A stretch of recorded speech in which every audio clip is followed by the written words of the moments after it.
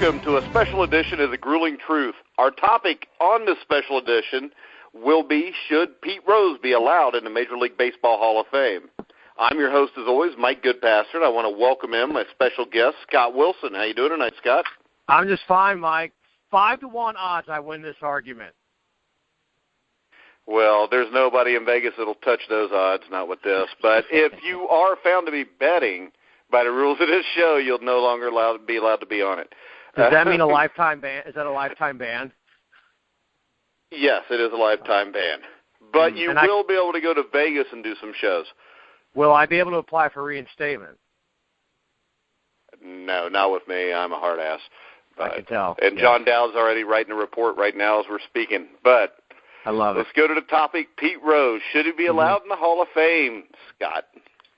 Well, I think the problem with the Hall of Fame, I think he should be, and it's because of the people. The Hall of Fame is completely hypocritical. They've allowed people in who are racist, who fixed games. Ty Cobb fixed a game. He stabbed a black night watchman after he entered. The watchman intervened when Cobb slapped this black elevator operator. He attacked a fan in the stands. He had supposedly murdered somebody, and he fixed the game in 1919. $2,000 on it, and then he lied about it. So to me, the Hall of Fame is hypocritical, and you're letting guys in who are bad people. Who, if you look at there's some like Bill Mazeroski, Wade Hoyt, Lloyd Wainer, who had 598 RBIs and was only playing 5 years without any type of significant injury. Some dude named Red Faber who had a great spitball, but he had like a 3.15 ERA. They've let guys in that have no business being in just on statistics. So. Well, my question is this, though. My argument is baseball Rule 21. Any player, umpire, or club, or league official, or employee that shall bet any sum whatsoever upon any baseball game in connection with which the bettor has a duty to perform shall be declared permanently ineligible. Now, I know you talked about Ty Cobb. The problem with this is there was no rule in 1919 on this. The rule was put into effect in 1921 by Kennesaw Mountain Landis. So, and this is the thing. I don't think anybody should be kept out of the Hall of Fame because they're a miserable human being.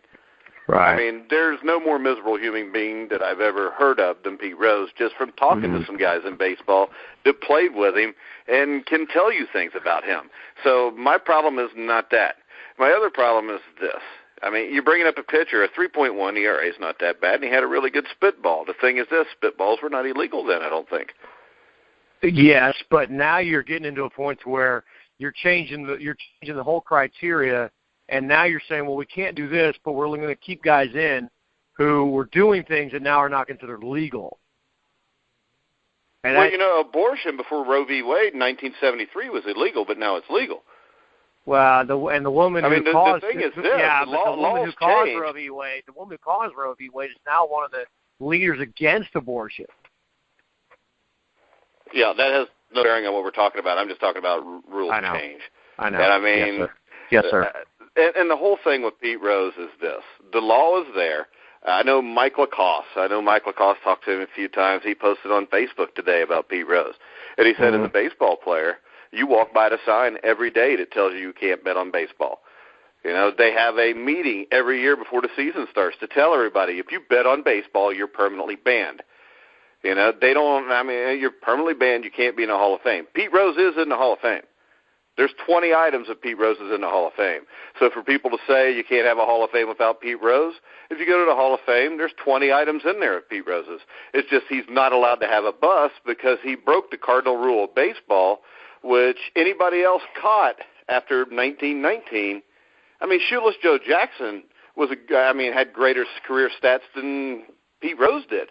Well, how do you let Charles Comiskey own that the team? He's in the Hall of Fame, and he knew this scandal was going on, but he's in. So how do you let that guy in? And go back and look at Tris Speaker. He was involved in the fixing scandal. He played till 1928. And I think the scandal all those 60 scandals were before that year. And the thing is this, Joe Jackson's still not in because his violation caused the rule, and it's now there. The other thing is this, Pete Rose did a lot of things outside of just that, and Pete Rose did it for years. It wasn't a one-time occurrence where he fixed a game. He fixed games for a couple years at least that we know of. My dad told me, that when 1990, after this all started coming out, my dad said he kept telling me Rose bet on baseball, and I said whatever, and I didn't believe him. And then finally he opened up and said he knows people who bet with Rose back, and this was even before the Rose admitted. So yeah, wasn't it Joe Morgan that said he didn't want Rose bringing around any of his shady guys? Rose was a shady guy. You had this. I mean, Pete Rose, it's not just that he was gambling with bookmakers. He was gambling with bookmakers in New Jersey that were connected to the mob. Now, the thing is this. Even if you're betting on there's a couple ways this can go. If you're betting on your own team, all right, you're betting on your own team, but you don't bet on them every game, that's fixing games. Because you might have your best pitcher, I don't remember, 1988, maybe Danny Jackson's your best pitcher. You'll bet his games, but the games where somebody else is pitching is not as good, you don't bet them. And you might save your best relief pitcher and leave your starter in longer when you're not betting on the game. Well, I admit he did change the outcome of the of games, and they're saying now there's betting patterns that he was doing that was he was tipping off other gamblers on his games. Number one, he never bet a game where Mario Soto or Bill Gullickson was pitching because Soto was a great pitcher, one of the best pitchers of the 80s that nobody remembers. But he was coming off an arm surgery. I mean, he wasn't what he used to be. Bill Gullickson was a solid major league pitcher, but it went in a crapper. I mean, he kept them both on the team, and he didn't bet those games. Well, I also find it. Go ahead. No, you finish your point. Go ahead. I don't remember my point by now, Scott. Damn. Well, here's I got into hell a lot when I was younger. Bill Mazeroski is in the Hall of Fame. Dude basically he's in because he hit a freaking home run, a walk-off home run. He bats .260 for his career. And, I think he was 600 RBIs short of Rose. They're putting him the problem I have with the Hall of Fame is the criteria that they're keeping Rose out, but some of these guys they're letting in, and not even based on not gambling aside, just statistically, they're putting guys in that have no business being in there. And that's the problem I have with the whole Hall of Fame selection process is it's almost like you look at a team and you're like, what is their philosophy? What does this team stand for? And you have no idea, and nobody knows. And to me, that's what I see with the Hall of Fame is you've got these baseball writers who the exclusions are like broadcasters don't vote. Former players, managers, scouts, owners, executives. None of these guys vote. And you get these writers who have personal feelings for or against somebody. And to me, it's just one big hypocritical pile of crap. All right. Well, my thing is this. I take exception with Bill Mazeroski because number one, he was a 10-time All-Star. He was one of the top 3 second basemen for over a decade. You got to remember this. I know he had almost 10 Gold Gloves. I know. He had 8 Gold Gloves. He was one of the best fielders. And the thing is this: back then, second baseman, there wasn't really a second baseman put up huge numbers until Joe Morgan. I mean, if you look at the shortstops of the 70s, the best shortstops were Ozzie Smith, Larry Bowen, Dave Concepcion. So, are you saying we should just give you say this should be like the Susan Lucci? Well, let's just let a second baseman compete with it. Well, I think this. I don't think you can compare eras, number one, because if you do, I mean, you could come up with the argument Johnny Bench is not the greatest catcher of all time because of numbers guys like Rodriguez put up. But he had huge. And I mean, it's a different time. The other thing is this. I mean, I think it was tougher to hit back then. There was less teams. You didn't have expansion teams. You talking in the 70s? You talking about how long are you talking? How far are you going back? I'm talking about 60s and 70s. I think that's when baseball was its best. I mean, you don't have great teams anymore, I don't think. No, I don't think that. And you know what? This is the thing. You bring up Bill Mazeroski. Bill Mazeroski did one thing Pete Rose never did. What? Do you know what that is? No. well. He didn't break the cardinal rule written into his contract. You know what? Baseball. See, okay, but I agree with that. But again, they're making. Well, see, I just don't know how you can sit there and say he signed this contract to say he would be banned permanently for betting on baseball. He bet on baseball. Why the hell would anybody want to defend him? And in 1989, this all happened because of a tax evasion trial. I read the Dowd report a little bit today. And if Rose would have come clean in 89, he would have been suspended for 1 year. Major League Baseball had already cut a deal to drop the tax evasion charges with him if he would have just admitted to betting on baseball. I don't disagree. And, I mean, he was betting 10 games a night at $2,000 a game. The Dowd report, Alan Dershowitz, who's one of the most respected lawyers during that time, called the report rock solid, and there's no way he could have fought it anyways. Again, I'm not arguing that. I'm saying that the criteria for selection for Hall of Fame players is crap because they're letting guys in. Well, this is the thing, though. The one thing that's not crap is this. We'll always disagree on who's in the Hall of Fame, who's not in the Hall of Fame. The one thing we can't disagree on is the criteria of you're not allowed to bet on baseball if you want to get in the Hall of Fame is pretty much clear-cut. But the rule is hypocritical because now it's Rose, like you can't grandfather clause people in. Well, Cobb, it was legal back then, so we're just going to let him in. But they're making such a big deal about it now that you can't. Well, you know what? I don't believe when they let him in, I think 1933 or 34 is the first time Cooperstown let anybody in. I don't think that was even proven at that point. That was proven later in the 1960s. Well, so how can there was rumors of it. So how can colleges strip people of their degrees for real record? Like the University of Virginia had a bunch of like college grads, some of them who were high-paying executive jobs. They were stripped of their degree after it was realized they were later proved to be cheating. So universities are doing this now. After later gets found out, they're stripping people of their what they've earned, and they're getting fired from jobs. But yet, to me, strip Cobb of his. If they would go back and strip Cobb of his Hall of Fame, Cobb never had that rule. There was no rule. There was no contract that Cobb signed at that time that said you couldn't bet on baseball. It's just like the steroid. But he was fixing a game. Steroids weren't illegal in the 80s. But this was fixing a game. He wasn't just betting. He was fixing a game that he was playing in. That's a game, which I can tell you this. Before 1920, there were a lot of games fixed because owners treated players like slaves, basically. They paid them what they had. They paid them what they wanted to pay them, and that's what led to the rampant gambling. I'm sorry, but you can't compare that to Pete Rose making $1 million or $2 million or $3 million in the mid to late 80s and wanting to still go out and bet. So you're saying it's okay. So what's the limit on games? So what's the limit on games you're allowed to fix then? I mean, all of a sudden you're not allowed to fix any game. What I'm saying is this: the times were different. Ty Cobb was being screwed over by that, just like Charles Comiskey. I mean, the 1919 Red Sox, Ed Cicotte was making crap, and he was the best pitcher in baseball. Ed Cicotte's another guy that would be in the Hall of Fame if it wasn't for this rule. So I could see your point. I could see your point if Pete Rose was the only guy kept out because of this rule. But what about not. John McGraw? Everybody John McGraw's in that time. John McGraw's in a bribery scandal. There's another one. And when he's was in the that? Hall of Fame. Off the top of my head, I don't know. Okay. Well, we better research next time because now your odds are dropping. Come on. This is a crash course here, sir. All I'm telling you is this. Player-wise, Shoeless Joe Jackson was an absolute stud. Maybe one of the 10 greatest players that ever played the game. Agreed. He's not in there. Nobody ever says, let Shoeless Joe in. But to let, Pete Rose in, because Pete Rose tried real hard. I mean, I'm sorry, but Pete Rose did a lot more stuff to affect the games than just betting on them.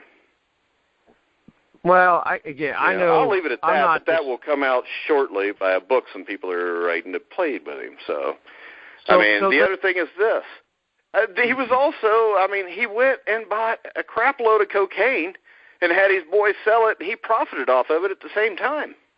But, okay, well, I mean, that's something totally different now we're talking about. It's not something totally different. I know it's his character and the kind of person he is. So if we're going to bring character into it, let's look at Mickey Mantle. when my dad was real little, he was a bat boy for the Phillies, and he was friends with a guy. My dad was like probably 8, 9 years old, and they're playing. The Phillies are playing the Yankees, and Mantl's in center field. And my dad goes out and asks Mantle for his autograph, and Mantle is just blazing drunk. And he looks at my dad and basically did Mantle try to sell him cocaine? No. I don't care if he's blazing but drunk. He said, I know people. You know what? This is the thing. If we go play cornhole and I'm sober, you'll probably beat me. But if I'm drunk, I'll beat your ass because I can play some cornhole drunk. I'm a dirty cornhole player. That ain't gonna, I will fix a game if I have to. I will go Pete Rose on you. You know, that does not sound good. Me. You just said that you're a dirty cornhole player. I can be pretty good. But so are you coming out of the closet on the show tonight? What? Not yet. You said you were a dirty cornhole player. You're so bad. Just so bad. Oh my God. Oh, you're the one who said you were a dirty cornhole player. The button? Where's the flag button for you? There is no flag button for me. I run this show. My dad looks at my dad and says, "Get the F out of here, kid. Don't bother me." My dad's 8. So Mantle's character was absolute crap. And you're bringing up character. I mean, I don't buy that as being crappy character. I think this also, Scott. No matter how good a character you are, no matter how you don't know what happened to him that morning, you don't know what happened the night before. Sometimes people just have a bad day. I don't disagree with that. Baseball players, even if it's Mickey Mantle, are no different than me or you.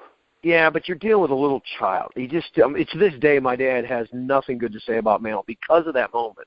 And as a teacher, I mean, you start you mess with the children. You can't do that because kids never forget. They're innocent. They remember that stuff forever. You know, to me that's Rose like little children too. Well, I'm not. Yeah, in the report, dude. What's that? Real quick, Joe Jackson, 356 lifetime batting average, had 1,800 hits and played 11 years less than Rose. Yeah. 408 as a rookie, World Series champion, third highest career batting average ever.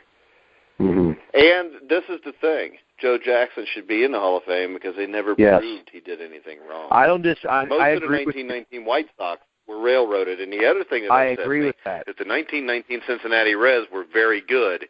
Yes, and they had their glory taken away. I don't think that anybody can tell me for sure that the White Sox would have beat that Reds team. To me, Ed Roush, who's a Hall of Famer, that team was good. Okay, but I don't know. But if you're basing the Hall of Fame on, what they accomplish on the field, there has to be a separation. I mean, it's like same with Barry Bonds. It is, but the problem is this: there's no separation because Major League Baseball almost disappeared after the 1919 season because of that trial. Mm-hmm. Without Kennesaw Mountain Landis putting that in there, people would not have trusted the game anymore. And, I mean, that's the thing. That's the integrity of the game. You can say something about somebody snorting coke or shooting steroids, whatever.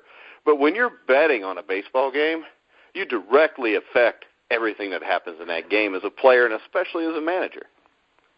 How many of his 4,000 – just take his first 4,000 hits. How many of those hits, or even go back to 35, how many of those hits were directly or indirectly a result or affected by betting? I don't know. I mean, his betting is back. The thing is this. Well, maybe he'd had 4,257 hits if he wouldn't have thrown a game or two here or there. You don't know that.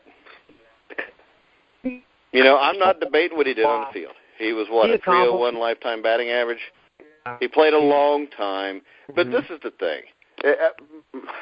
And I can't believe I'm going to say this right here because I don't believe that as a player, he's one of the greatest players that ever lived. And I don't think you do either. There's players. I agree. I won't disagree with you on that. He just based on just sheer ability and what they could do. I think the one thing Rose he was a singles hitter with a weak arm and not a very good glove. Yeah, which is why he moved position to position. Well, and you could say about Kobe Bryant too. But he had longevity, and even Shaquille O'Neal. These guys have longevity goes a long way. And they did, and you're talking when Rose was doing it back. Wait. Effective effective longevity goes a long way. Well, Rose, I mean, if you're George Foreman, you're winning a heavyweight title at 45, that's effective longevity. If you're Muhammad Ali and you're getting beat pillar to post because you're too old to do it anymore at 38, that's not effective. And if you look at the end of his career, I mean, it was filled with 200 batting averages.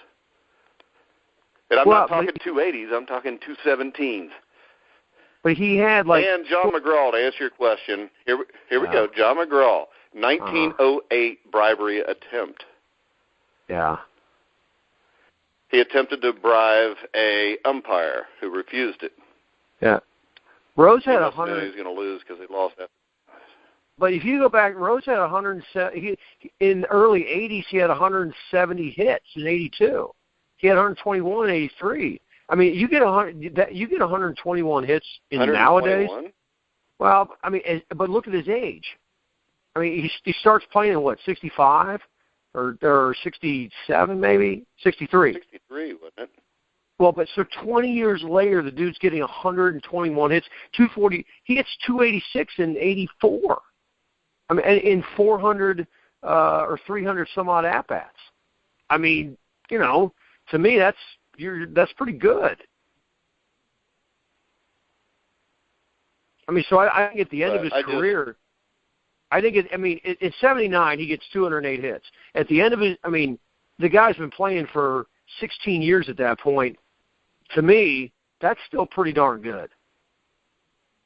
Yeah, he's a pretty darn good player. You just said it. I think this, and I mean, to me, I think all Hall of Fame should just be the greatest players that ever played the game.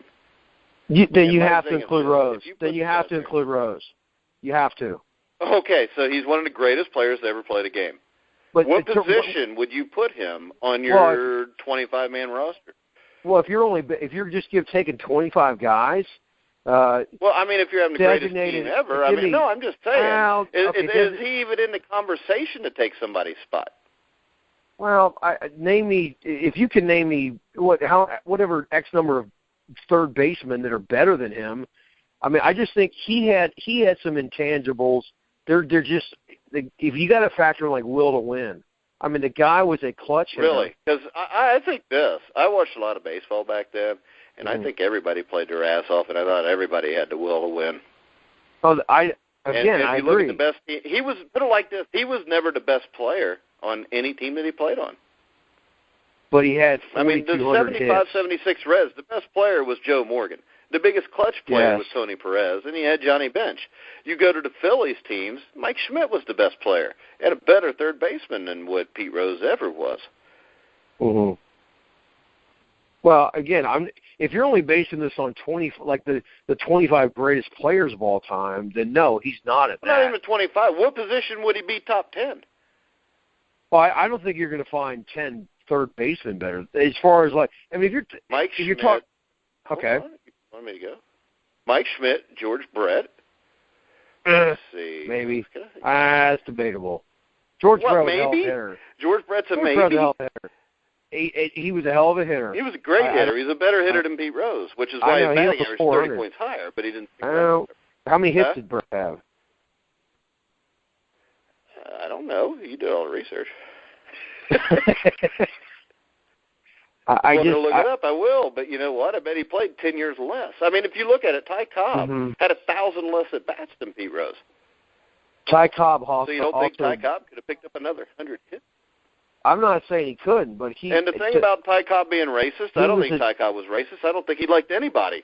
There was all kind of accounts of white people. He's pretty. There's a lot of people out there that would argue he was racist going out. He was pretty well known that he didn't like black people. You know what? Who wasn't when he was playing? Well, I mean, come on, let's face it. Major League Baseball was racist.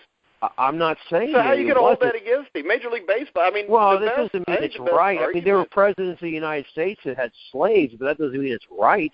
Even though everybody like they did it back then. What I'm saying is this: how are you going to hold it against a player for being racist when the entire Major League Baseball was racist? Well, I'm not. I don't know that the entire all players were racist. I just think they didn't let them. No, I'm talking about Major League Baseball as a whole. They would not let black people play. I agree. I mean, and that's the biggest argument against Ty Cobb and anybody that played back then. They didn't play against the best players. the dude murdered somebody, and then he paid off somebody so he wouldn't get in trouble for it. I'm just saying his character doesn't keep you out of the Hall of Fame. It doesn't have anything to do with the way you play. But O.J. Simpson's still in the NFL Hall of Fame. The Hall of Fame is a joke. It's an embarrassment. The guys they have led. That's the problem I have.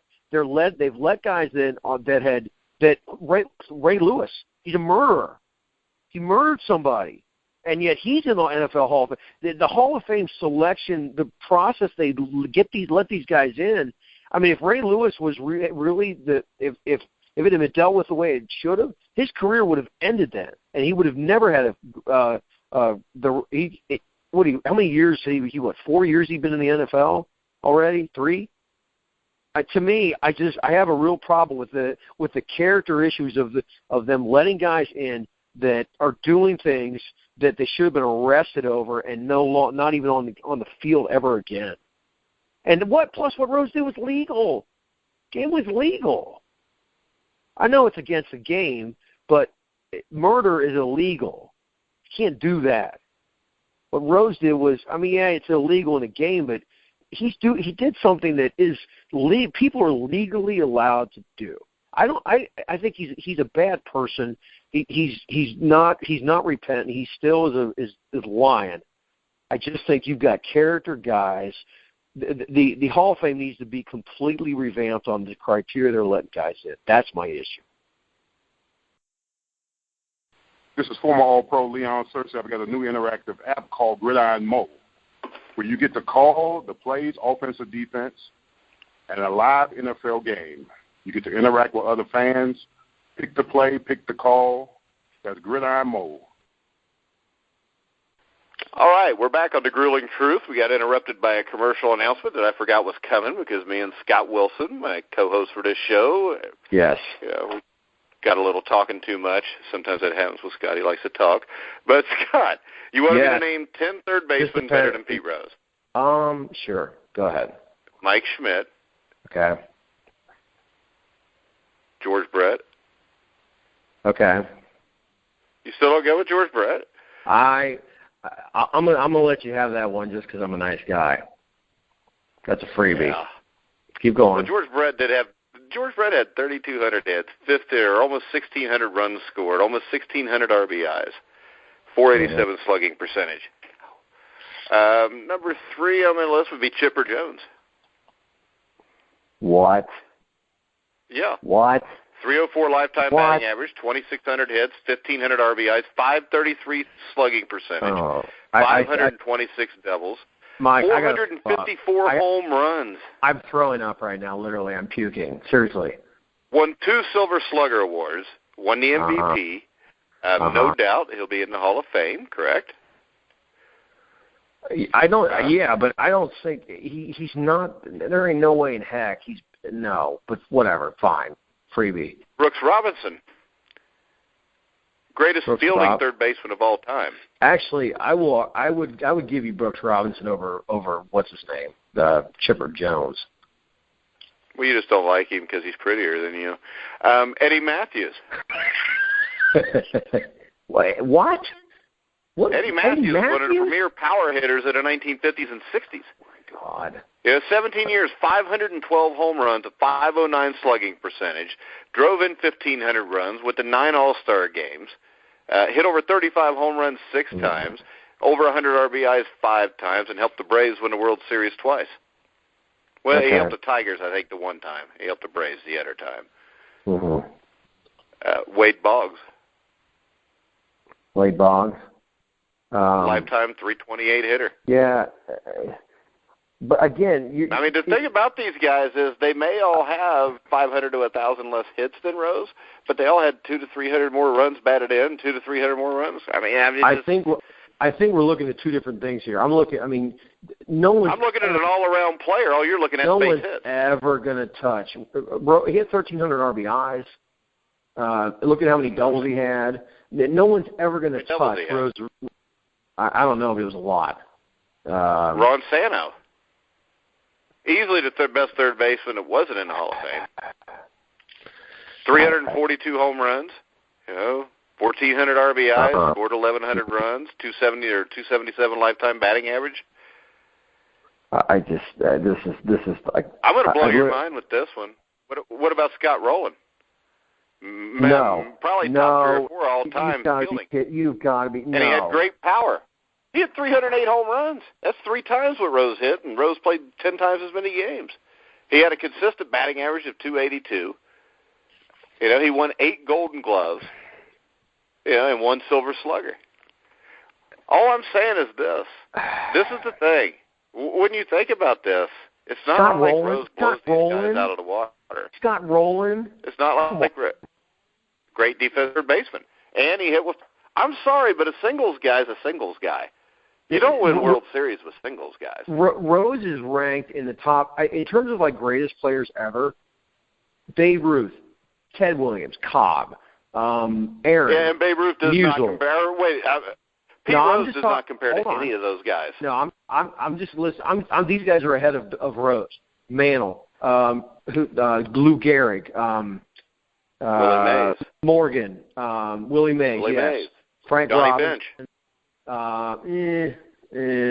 Johnny Bench, the greatest catcher that ever lived.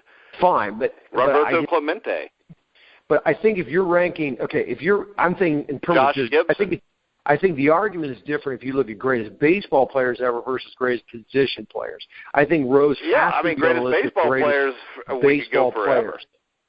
Lou Gehrig? I think I said him. I think Rose is in the top. Jackie Robinson? Yes. I think Rose is in the top 20, probably 20, 25 of greatest players ever. I think we've already went through like 20.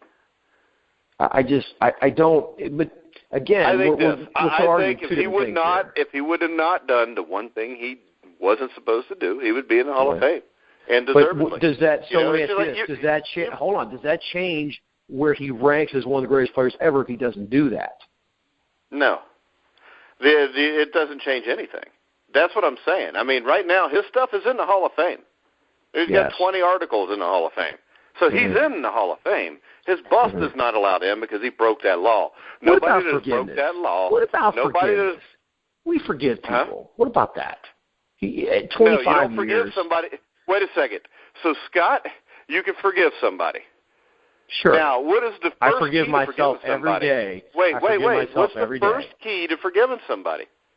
You have to click your heels 3 times and look up in the sky and say, that's how you get back to your home in Kansas, dumbass. How do you give forgiveness?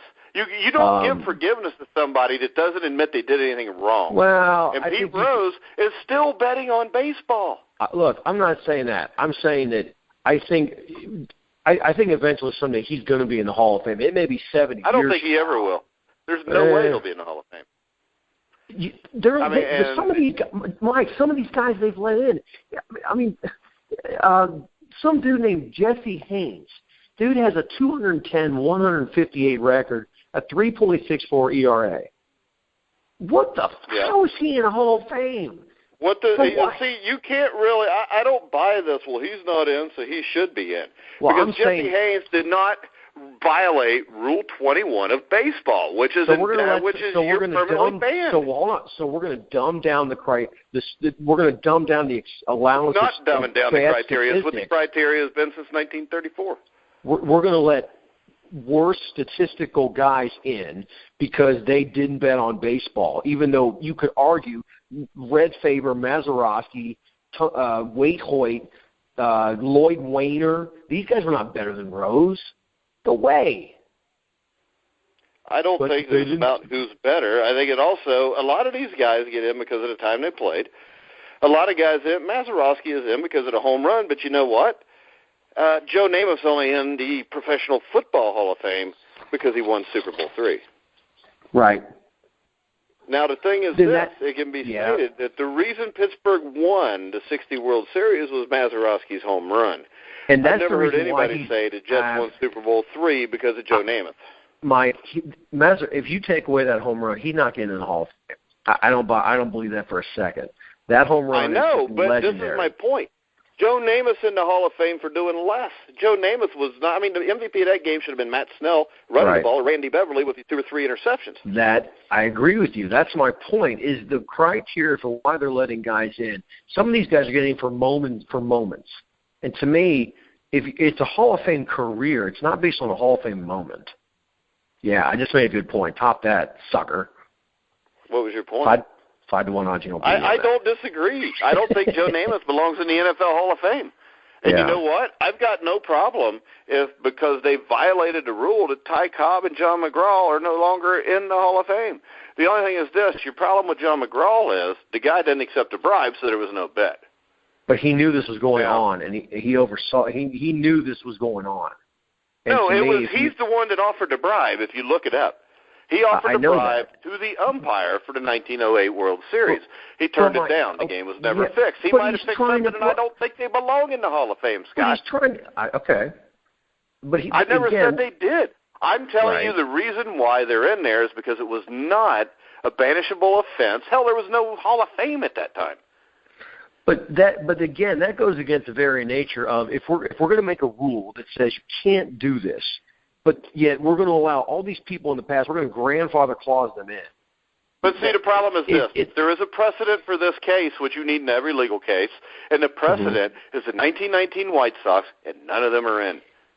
And Joe Jackson was a .356 lifetime hitter. He's one of the greatest, probably 25 greatest players of all time.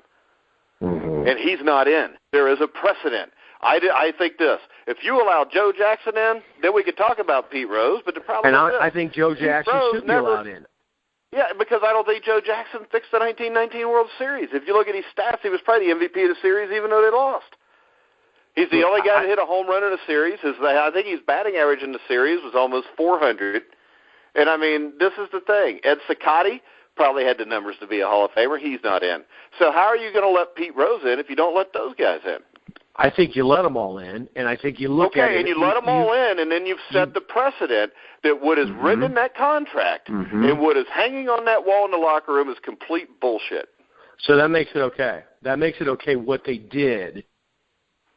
Yeah, it makes it okay that you're allowed to do that because then you have no integrity of the game. Because once you let a guy in that did what you signed, see, this is the thing. None of those other guys you talked about signed a contract about it. I agree with that. Did. So if you let Pete Rose still be in the Hall of Fame for that, then that makes that contract worthless. It makes free reign. You can do whatever you want because Pete Rose got away with it. I still think I'm looking at it. If I'm letting a guy into the Hall of Fame for whatever reason, if I'm letting a guy in the Hall of Fame, if I'm basing it on just statistics alone, which is that's my argument. He has to be in the Hall of Fame because if he was to go and ask. This is the problem. I base it on this. He signed a freaking contract that said if he ever bet on baseball, he would be permanently banished from baseball. Why do I? He knew what the consequences are, Scott. I don't want to hear it. He knew what the consequences are. I don't disagree with that. So he's got to live with the consequences. And the problem with Pete Rose is this: he ain't man enough to. He won't even admit he did anything wrong. If he would have admitted 10 years ago he did something wrong, they'd have let him in. So let's say he did that. Let's say he had admitted. Let's say he came clean, even after he signed a contract. But let's say he did. You know what I think? I think he still shouldn't have been allowed in because it's in the contract. He signed it. He agreed that he would be permanently banished from baseball if he ever did that, like every other player did. What makes him better than every other player? What makes him better than Joe Morgan? What makes him better than Michael Collins? What makes him better than Raleigh Eastwick? Raleigh Eastwick? What? No, come on. Dude, he didn't even ice his arm. And Raleigh Eastwick in there. He was Raleigh a really good pitcher. Eastwick didn't even ice his arm. Raleigh Eastwick cut short his career because he was an idiot, and he didn't ice his arm. You know what? Nobody cares. That's not the point. You're just trying to get out the point because you know you're wrong. No, I have a fefeeling that I just got a tweet from Vegas that said the odds are now 15-1 in my favor because you're making no sense. You know what? Again, I go back to if you're going to base this criteria on the gambling thing, you got to go back and get everybody what? Dude. I hate to call you dude because it makes it sound like I'm 20 and I surf in California. I'm not. Yes. I'm really close to 20 though, but I don't live anywhere near California. 20? But you're older than me. The thing, shut up. You're really old. That makes me really older. But this whole thing to me, I don't get this disconnect. I don't get this disconnect with Reds fans or fans of that because I'm the biggest Reds fan around. I can't stand Pete Rose. I think, and see, I don't understand a Reds fan that will like Pete Rose Because I don't think it's any coincidence that as soon as he's gone, they win the World Series. Yeah. But again, I don't understand that. I mean, he basically screwed us. I mean, yes. if he's betting games, saving Scott players. I mean, we were losing. We came in second place in 1980. 4 times. 5, 86, 4 straight times. 87. Right. 88. You know, I mean, 88. I mean, if his bet cost us 7 or 8 games, there might have been a dynasty there. I think there's some things. This is me bringing. I don't think the good Lord blessed what Rose was doing. I think those kinds of things have a way of really backfiring. And so I agree that what he did was wrong. But as a player, he has to pay the consequences. Right. I agree with that. If you do the crime, you got to do the time. So we're going to let it. So baseball proudly lets in a murderer in Ty Cobb. So we can let him murder him. There's nothing in a contract that says you can't murder somebody. It doesn't affect the integrity of the game. It affects the integrity of that person. He paid off a guy, the law to protect him. And you know, see, that's not really an argument because I've already stated that I think if that is proven and he did that, he shouldn't be in. See, the thing I don't understand is this. Pete Rose fans always bring up all this other crap that has no difference about whether Pete Rose should be in the Hall of Fame. Okay, it all comes down to this. Pete Rose signed a contract that said he would be permanently banned from the game if he bet on baseball. He bet on baseball. I don't see why that's so hard for people to understand. Players sign contracts all the time that don't ever end up getting followed through on. So the whole contract this is a contract that Major League Baseball puts in, and it is the contract that Pete Rose knew would stand up because it stood up for Cicotti and for Joe Jackson. Look, okay, I'll give you that. I don't disagree with that. This is a lot different than wanting to renegotiate your contract. What he should have done in 1987 then is he should have renegotiated his contract to take that clause out. Mm-hmm. Okay, but he wouldn't be allowed to do that because it is mandatory that every Major League Baseball player have that in their contract. It is not negotiable by anybody. You know, it's just like the player contract is not negotiable unless the owner will allow him to renegotiate it. The Baseball Hall of Fame is a mess in terms of what's allowable for the reasons why they let guys in and what's not. That's my problem, is with the whole process. The whole problem is this. When you let guys in that break the biggest law in the game, it makes it a bigger mess. So gambling is worse than murder. Yeah, for baseball. Hey, and I'm not saying gambling is worse than murder as a separate crime, but baseball, you know what? If a guy on the Reds goes and murders somebody, that doesn't make me think, well, this game will not have any integrity. The cardinal sin of baseball is betting on it because it makes you doubt whether the game is real or not. When then people the Hall doubt of Fame that, it becomes a WWE. Actually, I'm go back to the WWF when it was before Hollywood Hogan. It doesn't matter because this is the problem with that. If you're a grown-ass man and you're watching that stuff, you're not a grown-ass man. Hogan was real. Don't you dare tell me he wasn't real. Hulkamaniac. Yeah, but you already said you don't like racist, so. No, I don't. What is that? Well, that's true. But he wasn't racist back then. He wasn't racist back then. Well, I'm sure it didn't develop over time. Well, you know, yeah. I just think that to me the Hall of Fame in baseball it's a joke in terms of it. I think people are taking it less seriously because of what they're allowing and the hypocrisy that's gone on guys that they're letting in. Because so what you would rather have is even bigger hypocrisy on a guy that should not be allowed in under any circumstances. I don't think guys should be allowed in who are absolute monsters off the field. So I think O.J. that's Simpson absolutely should be taken out of the NFL Hall of Fame. Yes. Okay, but that never happened when he was playing that we know of. I know. And I think that he was maybe the greatest running back of all time. That makes the Hall. He did not infect the integrity of the game. He infected the integrity of himself. Look, I know that's a powerful argument. When he played the game, there was nothing he did wrong. See, this is the thing. Ty Cobb, if he'd have murdered somebody during a baseball game, I could see your point. His off-the-field stuff doesn't negate what he did on the field. That's the thing. Well, I'm not even talking about that. I haven't mentioned one thing about Pete Rose off the field that would keep him out of the Hall of Fame because I don't think anything you do off the field that doesn't affect the game should have any bearing on whether you're in the Hall of Fame or not. You know, three but when presidents you bet on a slaves. baseball game and infect the integrity of the game, I think that's a problem. Yeah, again, we're talking two separate things. You're talking his 3,500 hits had nothing to do with betting. It had nothing to do with betting. No, it's well, a separate you know what? thing. This is the thing. If Pete Rose is addicted to gambling, the one thing you're going to bet on is the thing you know about. Now, there's no proof that he bet before 1985 or 86. The problem with that is, if you read the Dowd report, they stopped looking into it once they had enough information to prove what they were doing. The Reds lost game. Wait a second. The Reds lost Game 7 of the '72 World Series by a run in Game 7. Pete Rose made a few outs in that game with runners in scoring position. Oh, come on. He's not going to – no, whatever. You think Okay, now this is the thing. You just told me – wait. You just told me in 1990 that you didn't believe Pete Rose ever bet on baseball. You'd have said the same damn thing you just said right then. I didn't say 1990. He wasn't even playing in 1990.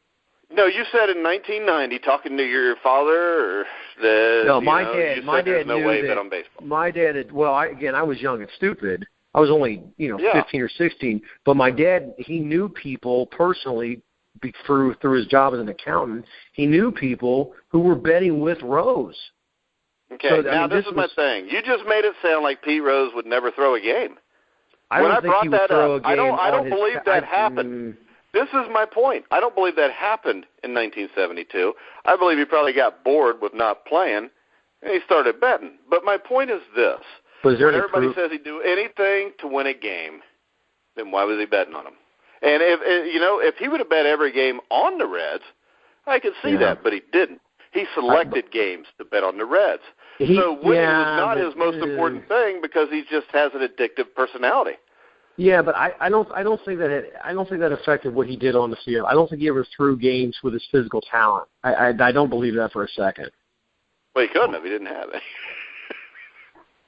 Shut he up. played hard. I get tired of hearing that. He hustled. What the hell? You're supposed to hustle. He did it over the course of 23 years. Are you telling me that Joe Morgan? Hey, are you telling me Joe Morgan didn't try as hard as Pete Rose? I still think Morgan should be on the air from ESPN. He was a great announcer. Hey, yes, he tried as hard as Rose. I think this. Pete Rose is loved because he is white. People say, well, he hustled. Nobody says that about Joe Morgan. You never hear anybody say that hardly about any black athlete. He ran to first base. Plus, Cincinnati embraced him. Oh, my God, he ran to first base. So did Joe Morgan. I went to a lot of games in 76, 77. Was the first baseball Joe Morgan team. ran to first base, too. The Cincinnati Red Sox, he's the first baseball team. If you're Cincinnati's guy, they built him up like he was no tomorrow. I think they talked about how you know what, this is the thing. I mean, there was 3 or 4 guys more important to that team. Everything I hear about Pete Rose is he hustled. Nobody said that about Joe Morgan. Well, I think Rose hustled. He ran from home to first. I never saw Morgan doing that like Rose did. Rose did it before anybody did it. So what you're saying is I can't show you film of Joe Morgan hustling. I'm saying from home to first on a walk. That's why I got the name Charlie. Why? Okay, now number one, Scott, this is my problem with this. If you walk, it's a walk. You're not supposed to run anyways. Why the hell are you going to run to first on a walk? I mean, he's looking for attention. I think to the blue-collar fan, they had somebody to embrace, not because of race, but because he busted his butt. I think people like that. And I'm sorry, but everybody on the 75 and 76 Reds busted their butt. George Foster. George Foster did. George Foster didn't bust his butt. He was lazy. Okay, let's do this. We can do a second part of the show next week with George Foster on if you want. I don't know enough about George Foster to be able to comment. You just said he was lazy, and now you're telling me when confronted with my dad called him Bummer Foster. His nickname was Bummer Foster because he was lazy. I just remember that. Okay, now George Foster was black, so he was lazy. What? No. Yeah, that's how this always works out, though. No. He works hard. He tries hard. He hustles. I don't think this is about race. I think he was. It's just like Tom Brady. When people see Tom Brady, he's a really smart quarterback. And when you look at Cam Newton, everybody says, he's really athletic. What? What do you have to do with the Hall of Fame? I don't know, because the only thing I know is Ty Cobb has nothing to do with whether Pete Rose should be in the Hall of Fame or not. This is to debate Pete Rose's merits, and Pete Rose's merits are he broke Rule 21, the cardinal rule of baseball. He bet on baseball. The punishment for that is banishment for life, so he was banished for life. I don't understand why that's that hard to figure out. You know, when the United States tried to pull the grandfather clause, like who could vote and who could not, that didn't go so well. So to me, when you pull the grandfather clause on guys like Cobb, it just, if the nation itself is saying again, it doesn't matter. It doesn't matter. This debate, and the name of this show is, does Pete Rose belong in the Hall of Fame? And when you start off, does Pete Rose belong in the Hall of Fame with, well, Ty Cobb was a bad guy, that's not really an argument. If you go to a court of law in front of that, the judge is going to have a mistrial right then. Game. Cobb fixed the game. He fixed the game. But it's betting on baseball. When you have to use somebody who is as bad, if not worse, than the person you're debating, I mean, you should be able to argue this on the merits of Pete Rose and why he should be in. And those merits would be, well, Pete Rose apologized for everything he did. He's done everything. He hasn't bet on baseball. He doesn't go to the track anymore. That would be an argument. That would be an argument that would probably fly. You can't take my ace of spades away from me, Michael. I will not let you take my ace of spades. You don't have an ace of spades. Your fine, ace of spades. Of hearts. I don't care. Your ace of anything is another person to defend your argument. Ty Cobb fixed the game, which means he threw the game, which means there's no proof Rose ever threw a game. There is. What Ty Cobb did, I would argue, is actually worse. Oh, my God. I want to explain this to you again, okay? If he's not betting when an injured Mario Soto's pitching, and you could ask your dad. Your dad watched those games, and I guarantee you had the same thought I did. He always wondered why Pete Rose left these pitchers in so damn long. But that doesn't mean he threw the game based on his physical No, power. because if you look at the Dowd report and you look at the games that were bet, there would be a game where Bill Gullickson would pitch 8 innings and give up 10 runs and 14 hits. And it's a game they'd lose by a run. But the next night, you had, Danny Jackson pitching, and he holds a 1-0 lead into the ninth, and hey, John Franco comes in and saves it because they saved him the night before when they lost by a run. Crap. Danny Jackson. Well, we could have Bill Gullickson on too if you want. I don't want to talk to him after I just said he sucks. He wouldn't like me. Well, this is the thing, and that's the problem, because you don't appreciate, as most fans don't, what it takes to be at that level. What? You're right, I don't, because I don't know what it takes, but I know it takes. Everybody the dude played over that 20 plays, years. Anybody that's getting paid to play a professional sport is unreal. Yeah. Right. Because this is the thing. Look at all the kids you've had. You coached junior high football for long. Now look at all the kids you had that were really good. Any of them ever make it anywhere? I didn't coach. What's his name? That played for the 49ers. That went to Kansas. The running back. Yeah, that was Stubblefield. But see, that's the other thing. In 60 or 70 years of Taylor High School football, one kid's made it. Yeah. In 60 or 70 years of Lawrenceburg football, Chris Green made it. That's one guy, and that's at a school that won multiple state championships. But still, just one guy. Right. I mean, to say that Bill Gullickson sucked, Bill Gullickson didn't suck. Bill Gullickson actually had some years where he won 15, 16 I know. games. I just felt like saying it because it sounded good. I know, but I'm going to call you on it because it makes for good radio, and especially because I do have Bill Gullickson's phone number, and he's going to be calling your ass. Do you really? You're going to explain this time. No, I'm kidding, but I do have George Foster's. Well, I've heard Foster's a very nice guy in real life. George Foster is a great guy, and he hit 52 home runs in a decade where I don't think anybody else got close to 50. Have you seen Dave Concepcion lately? Oh, my gosh. Oh, that's not a good look. No. People listen to this. I know. I'm just saying. There might be a lot of Reds fans, and maybe Dave Concepcion. They would agree. Look him up. Come look for you. Botox will not even fix it. No, it's bad. But all right, on Twitter, we just got the results. I won easily. So. What? Yep. Where? Everybody's tweeting about it, saying you're looking like a fool. I don't buy this for crap. Whatever. Whatever. And so, in the end, your argument for getting Pete Rose into the Hall of Fame is Ty Cobb killed somebody, and he might have bet on a game once.